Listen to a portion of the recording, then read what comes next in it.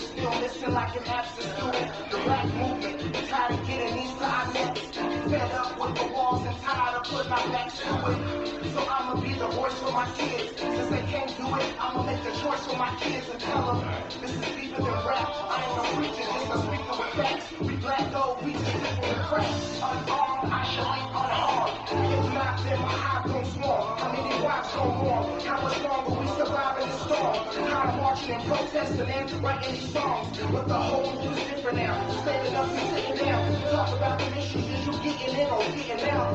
Yeah, see, we just tired of being patient. We just need love and ventilation.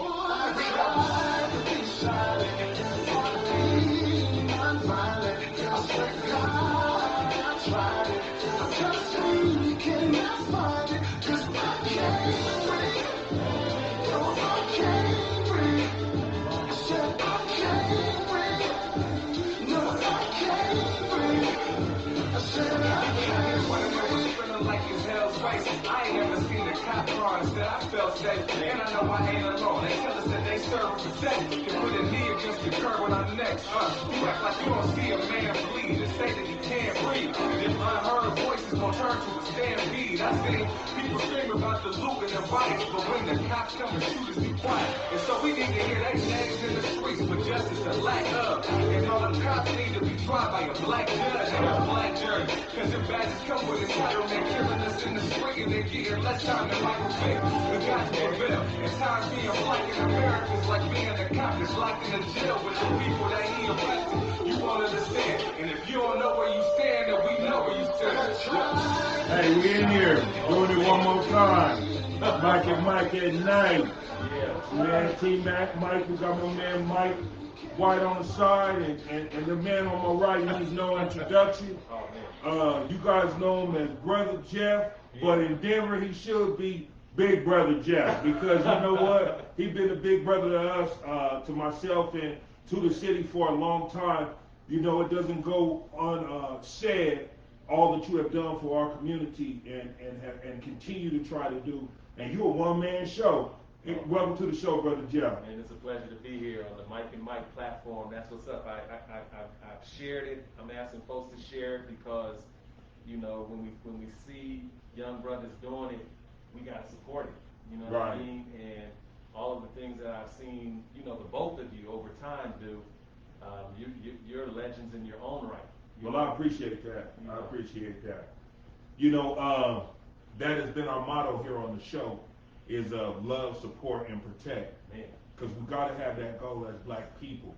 When we have that love, support, and protect for each other people will think, and you know what I mean when I say other people will think twice about how they treat us when we learn how to treat each other. What would you say about that? Man, it's hard to mistreat somebody who has an incredible love of self. You know, sometimes I see people take care of their cars better than they take care of their families. Or even pets. Take care of their pets, they put unleaded gas in their car, and they do all those different things. They make sure nobody scratches it, they make sure nobody steps on their shoe, but at the same time, they let others come in and, you know, take advantage of our bodies. You know, we are being hunted.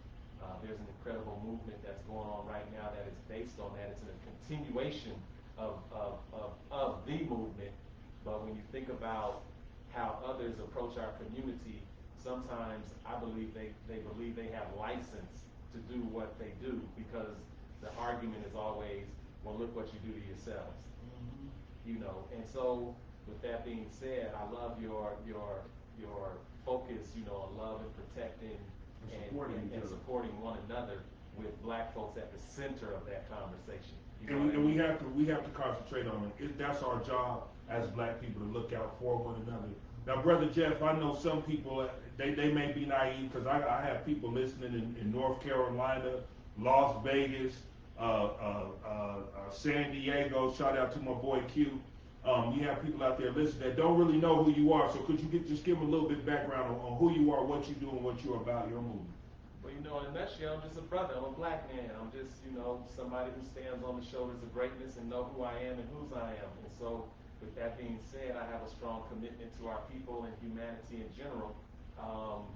So I would describe myself as a son of Northeast Denver, but somebody who has traveled the world. I've got property in the U.S. I got, places in Africa. I have a deep understanding of our culture. I have a cultural center. It's called Brother Just Cultural Center. It's located in the historic Five Points, which is being gentrified like all of the different places that you have just mentioned. And that place was established with the same principles that you have: love, protection, and support in the midst of gangs, drugs, and violence. And so that pattern really kicked up in the 90s as it was being transported out of Los Angeles into places like Vegas and Denver and Phoenix and Kansas, etc. And we, fell victim to, the crack epidemic and the violence. And so Brother Jeff's Cultural Center was a place where we could come together to reaffirm those values that you all are standing on. And from that place, we've been able to nurture a whole bunch of local and international leaders. Okay. Be it poetry, spoken word, hip hop, literature, academics. We've got doctors. We've got, everything from, doctors to straight up bangers, folks who went to penitentiary. I mean, we as a people are everything. So how do you, just one part. How do you combat that, or should I say that mentality? How do you change that ideal from, let's say, the Denver quote unquote streets? Because I lived in California for a little while. I do understand that the choice or the decision to gangbang is a little different than in Denver. You know what I'm saying? So how do you combat that within our people killing each other? Well, you got to remember, I come from an era that was pre-drive-by shooting. When I grew up, there was no such thing as a drive-by shooting. Yeah. There was no concept of that. You got to remember, you can't think beyond what's between your ears. You can't move beyond what you know. And so, how do you combat it? I know a world that didn't have us killing each other wholesale. Okay. You all have a generation to where it's been like an everyday occurrence. You've come up in a world where you don't know of a world where black folks wasn't killing each other wholesale like that. Like, being celebrated, in the music, being celebrated in the culture, almost as a rites of passage. And so, I can go back to Cameron Smith, who was, the first individual that was murdered in, about some colors. But it was really about, him having red on. They didn't recognize he was on his way to college. Right. You know what I mean? Right. But then at the same time, I also know the very first gang-related murder, with Peanut at the Paul Beck Center. Yeah. Okay. And so, I've been able to see every single iteration of this from beginning up until now. For example, I was a friend of Michael Asbury, the founder of the Rolling 30 Crips, which was established right off of 30th and High, and ironically right outside the Red Shield Recreation Center. Okay. So how do you combat it? Well, obviously there was a group of young people who had that kind of leadership potential that created an organization that is larger than the NAACP, is larger than the Urban League, wow. It's larger than many of your mega churches, wow. It's larger than any organization that we can talk about in Colorado that's black. Okay. Well, obviously those young individuals at the time, they were 14, they were 15, they were 12 years old, and they were establishing a culture that in 2020 is so profound that folks are trying to figure out how to unravel that. That was outside of a recreation center. So that's my question, Brother Jeff. How do we switch? Because you're right. I mean, the games are huge, where they're large. And I like when you said when you open that you bring in brothers that got felonies, that done been through the hard times and everything. So how do we speak to these young guys coming up now that are at 14 years old? And what do we do and how we turn them from the streets to doing those positive things, to seeing their potential and knowing what their true potential is, not what the media tells them their potential is? Well, first of all, and let's just talk about where we're at in Colorado. Okay. First of all, we have to recognize every individual that we're talking about, they are not some other people. Those are our brothers, our nephews, our cousins, our nieces, our uncles, our fathers, our family. Yeah. And so when we begin to say, what's going on in my family, and realize the ones we're putting out the house, you're putting them into the streets. Yeah. And once you put them into the streets, we get disconnected from our families a lot of individuals don't know that they're related to the individuals that they're shooting. Yes. You know what I mean? I've had that happen in my family. Of course. Yeah. And it's weird when you're like at a funeral and you see that, you know, people you have beef with on the other side are your blood family. Because most folks came out of Northeast Denver, like just as we say 5 points when we were constrained to a particular area. The only persons that were able to move beyond Race Street were people who were moving that were able to afford to purchase property in Park Hill. Those are still family members of those on the east side. Back then there was no such thing as the east side. East side just meant black, whether you was in 5 Points, Park Hill, Mont Bello, Aurora. If you started venturing, you know, out. East side meant black. Yes. And so how do we roll this thing back? We call in our family. We have a family meeting. You know, we reconcile. You know what I mean? If somebody's dealing with substance abuse issues, we deal with that. If somebody's dealing with poverty issues, we deal with that. If somebody's, you know, dealing with abuse and somebody's dealing with dysfunction, we deal with that. And if somebody's dealing with success, they can't just run off into the atmosphere and be somewhere else, you know, and leave another portion of the family to deal with that stuff. So if we're going to deal with it, if we're going to turn it around, we're going to have to say, Kuhu, Allahu Ahad, like, you know, we're going to have to deal with one, unity. Okay. You know, come together as one. Community means come together as one. A unit is one.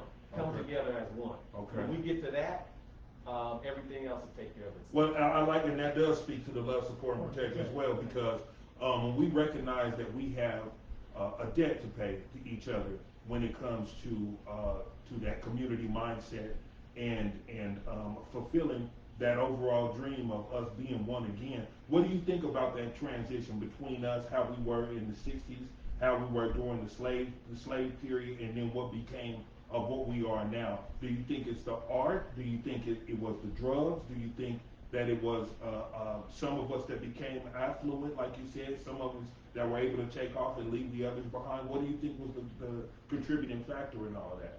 Well, you know, there's something that we didn't figure out yet, and we're going to figure out. Maybe it's closer than we expect, but how was it that, you know, a good portion of our community found themselves at the bottom of what we call them enslaved ships? You know what I mean? Okay. How did that happen to where a good portion of our community, millions, were stripped from home and came across, you know, the Atlantic and the transatlantic slave trade, the Ma'afa, where they say, you know, 30, 40, 50 million of our ancestors are buried at the bottom of the Atlantic. You know, how was that able to occur? You know, the only way that was able to occur was with division.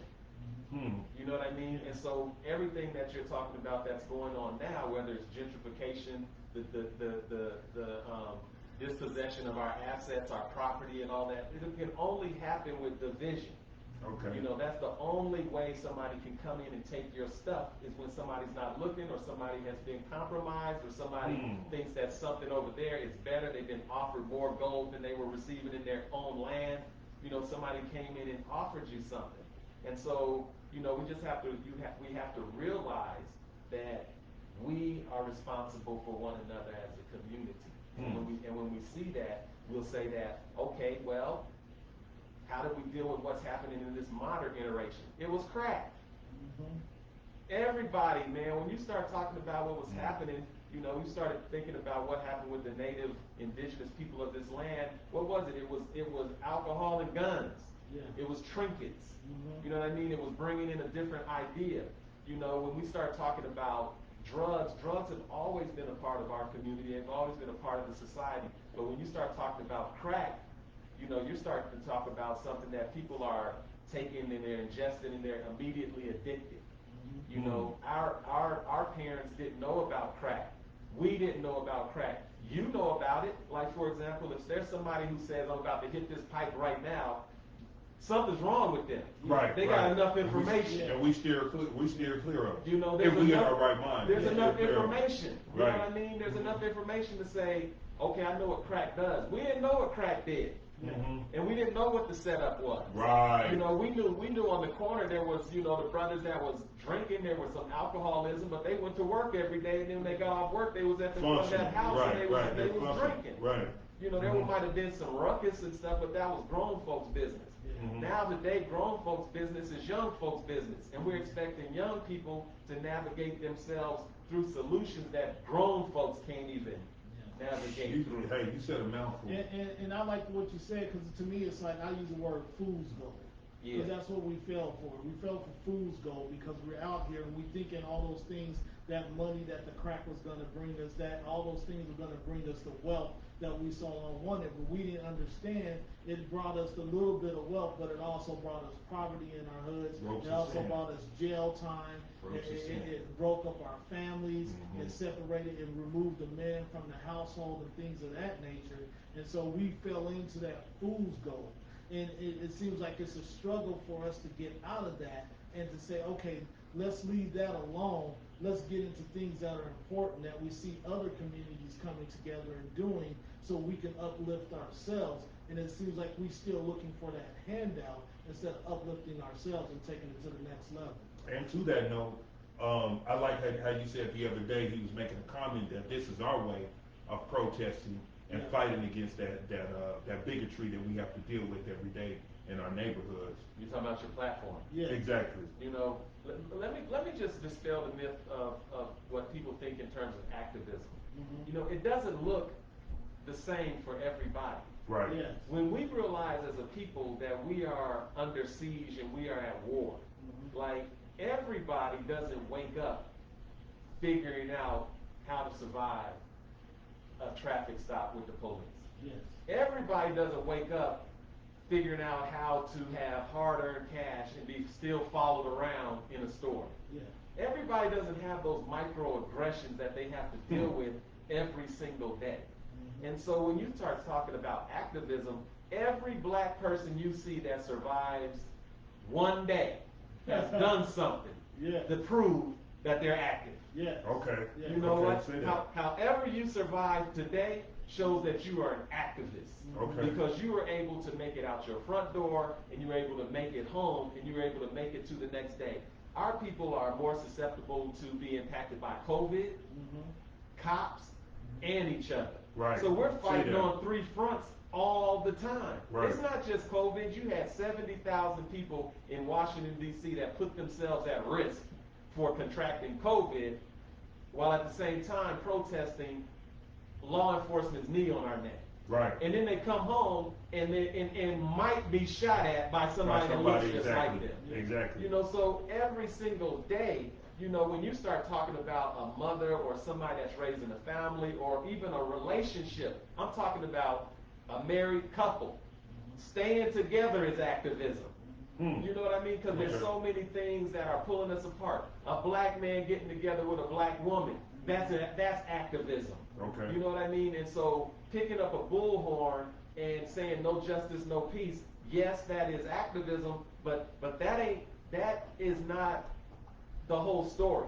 That's like the music industry. People think that, you know, just because you're on stage and your name is on the front of the CD cover, that there ain't a whole bunch of other stuff that goes into play in the music industry. And so we only see the stage, but we like, when I was young, if I had sense, I would have just invested in plastic that goes around CDs. Right. If you selling 1 million copies, and you got 1 million artists selling 1 million copies, how much plastic is that on CD wrappers? Exactly. I wouldn't get on stage and say nothing. I would just invest in plastic. I wouldn't go and try and spend $100, $200 for some Nikes and not have no Nike stock. Exactly. I like to tell folks that if it's on your ass, it ain't an asset. Exactly. You know what I mean? Go. And so we like the shiny stuff. We like to be seen, because for so long in this country we're not able to be seen. You know, you see people carrying signs in the 50s and the 60s talking about I am a man. Nobody has to say that. You are a man, but we were not considered that in this country. We were considered property. And so we've been on a journey to self-actualization for a long time. And every time we come up, they bring something else at us. If it wasn't crack, it was lynching. If it wasn't lynching, it's police shooting at you. If it wasn't patty rollers that was chasing you, it was straight up bondage. So activism in black folks is constant all times, everywhere, every day. So what was it, I mean, like I said again, not everybody knows your history. What was it? Because I know that that might not have been how you always, perceived our community or looked at the community. What was it that kind of changed you and said, you know what, this ain't right. I got to do something myself. I'm not gonna try to get everybody to get on the ship with me. I'm gonna just go by myself and do what I'm doing.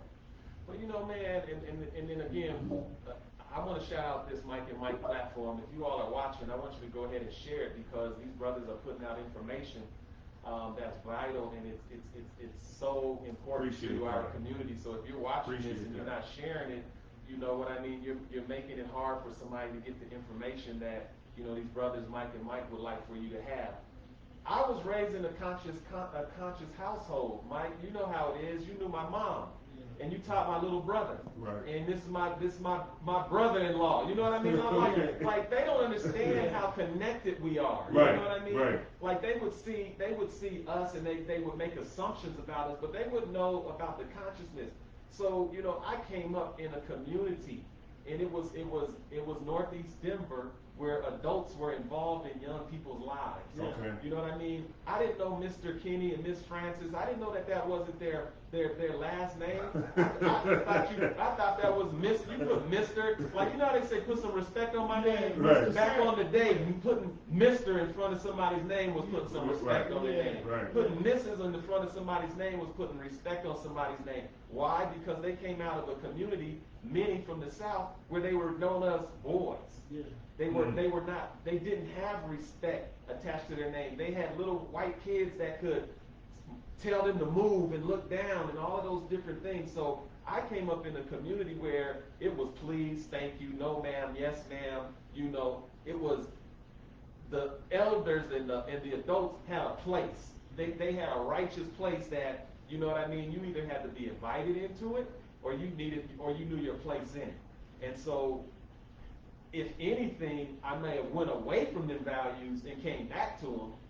There are a lot of people today that they weren't raised with those kind of values, and you're trying to instill them into them. Like Josiah, walking in the door, he's like, you remember me? I'm like, yeah, I remember when you was born. Yeah. So that's like 3 generations right here in this room. Yes, it is. And so we were raised, with say it loud, what? I'm black and I'm proud. Why? Because there was a time where they used to say, if you white, you all right. If you yellow, you mellow. If you brown, stick around. If you black, get back.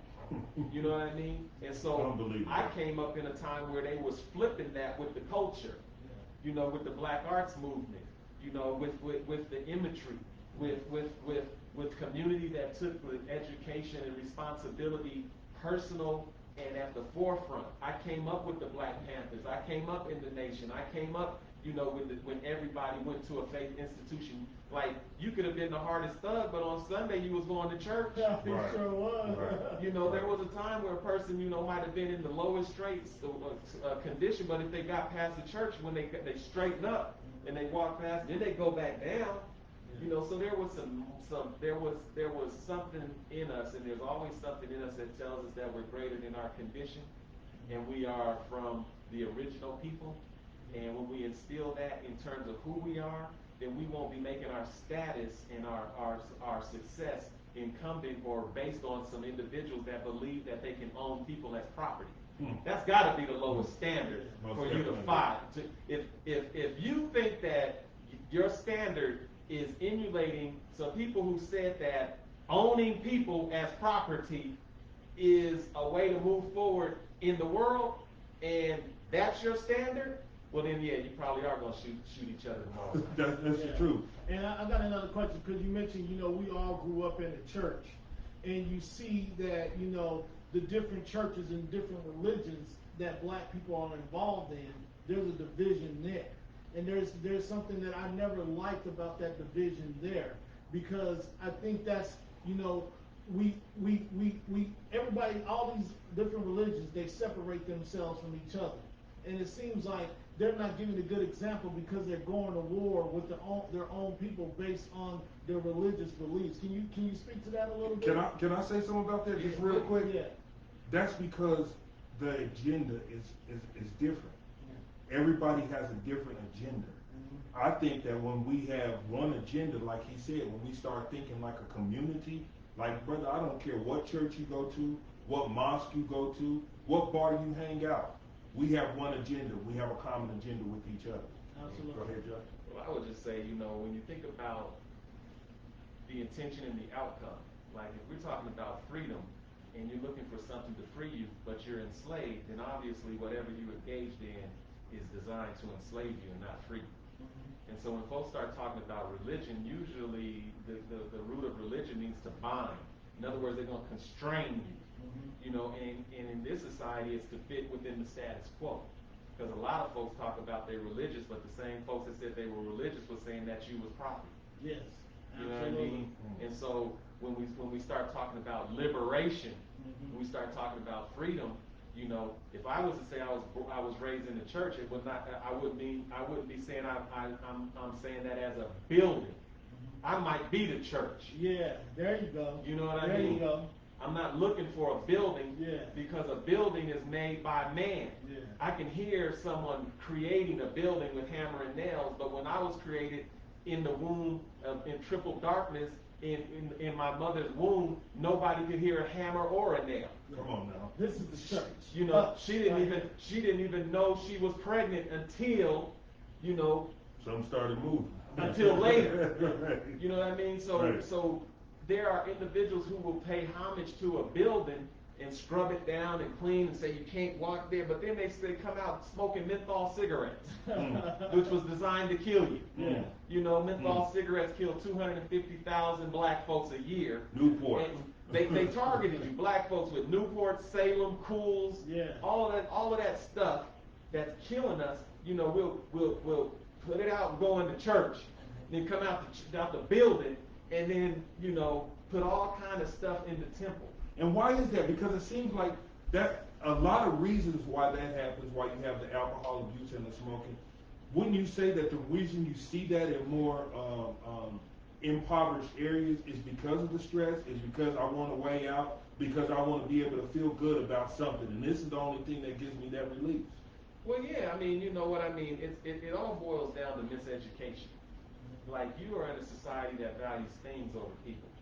And so the more things you have, the more valuable a person feels. You know what I mean? And so if I miseducate you or I redirect your attention, you know what I mean? If I redirect your attention to things as opposed to self, then it's easy to take care of things and to destroy the self. Yeah. And that's why in this Black Lives Matter movement, what you hear these governments saying is, isn't it a shame how these folks are looting and tearing up what? Property. Yes. But they haven't made the connection that, isn't it a shame how these individuals are murdering black bodies in the streets? Yeah. They will skip over that right there and say, ain't it a damn shame that they're burning down cities? Right. But they ain't made the connection that says, This is the if reason. you would have taken care of this black body, then your building wouldn't be burnt down. Right. Because there wouldn't be a reason. And so when we start talking about the misdirection, a lot of individuals, they might teach religion to bind you, but they're not doing anything to ignite the spiritual flame that would liberate you and burn the dross or the negative elements away from you that would make you shine. You know what I mean? Yeah. Knowledge is worth more than diamonds when the mind is shining, surprises for God's earth and 85ers. You know what I mean? Yeah. We was coming up with some information like that as young people, Dropping science. And when we were dropping the science, like for example, when the science started being dropped, I want you to follow this trajectory.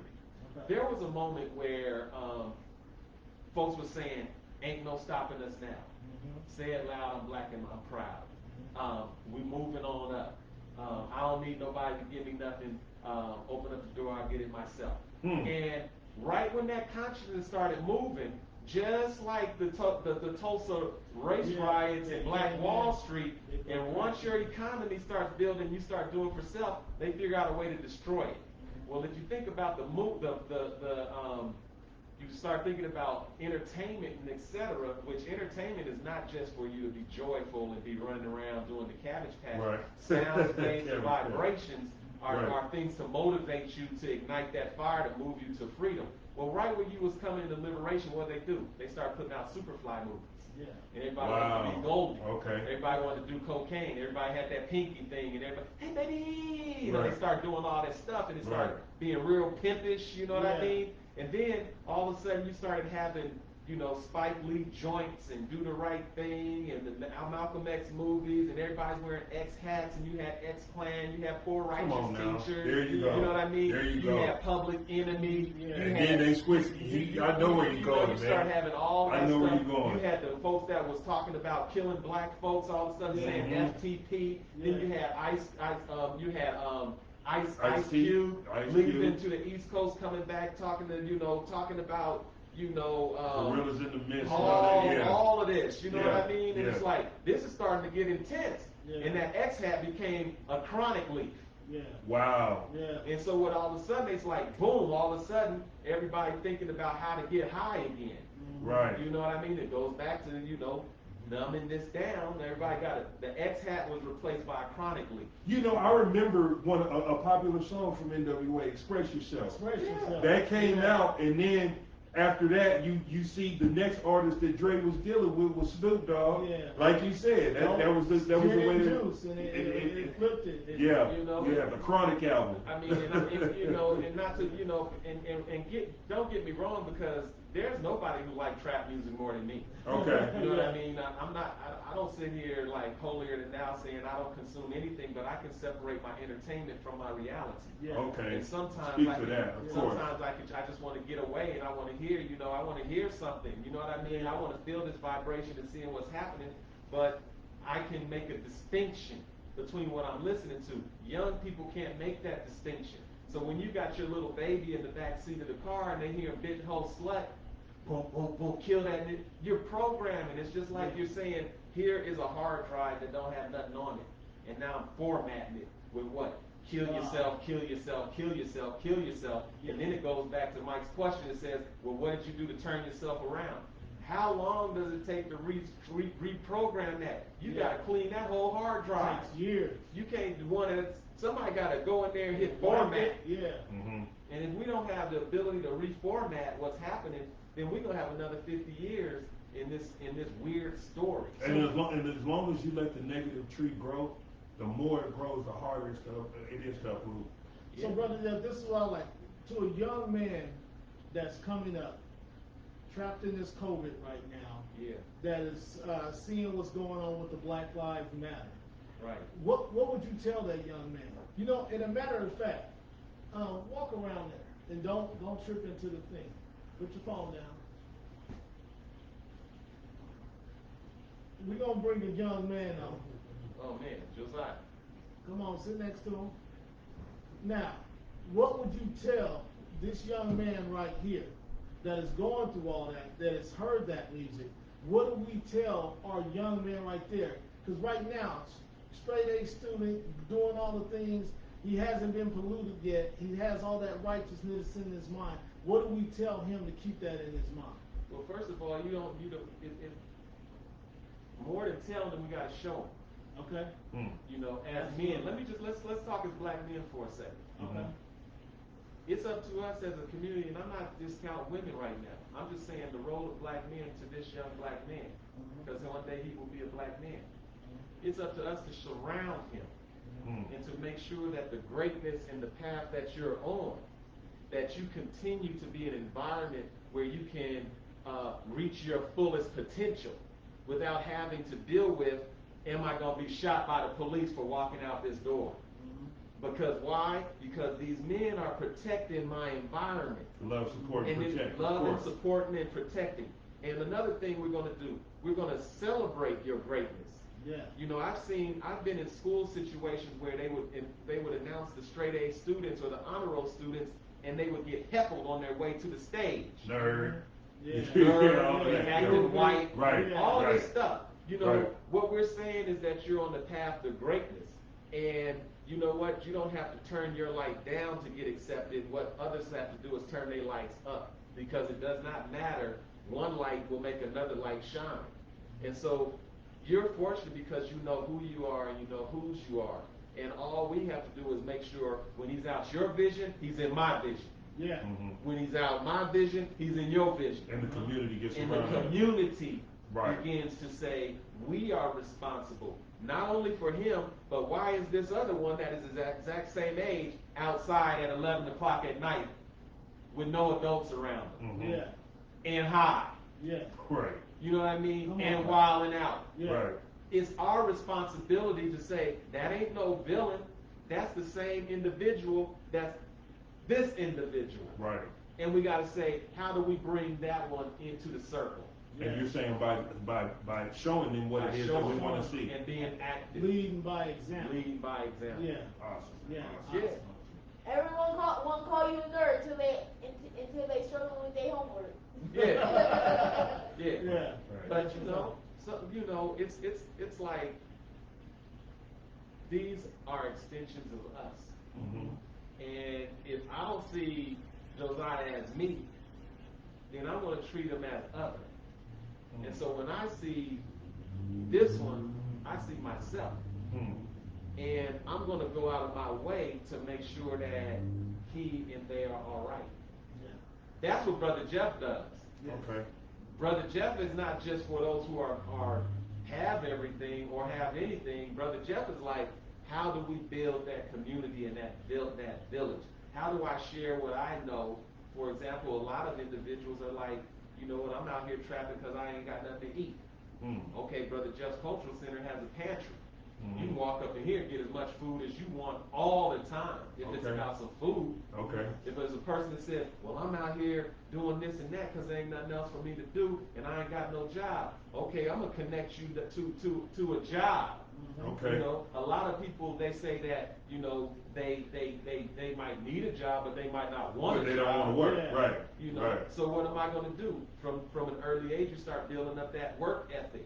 You know, that personal responsibility, the Nguzu Saba. Yeah. You know, all of those principles that the world and successful civilizations use as a core to building their building blocks. Yeah.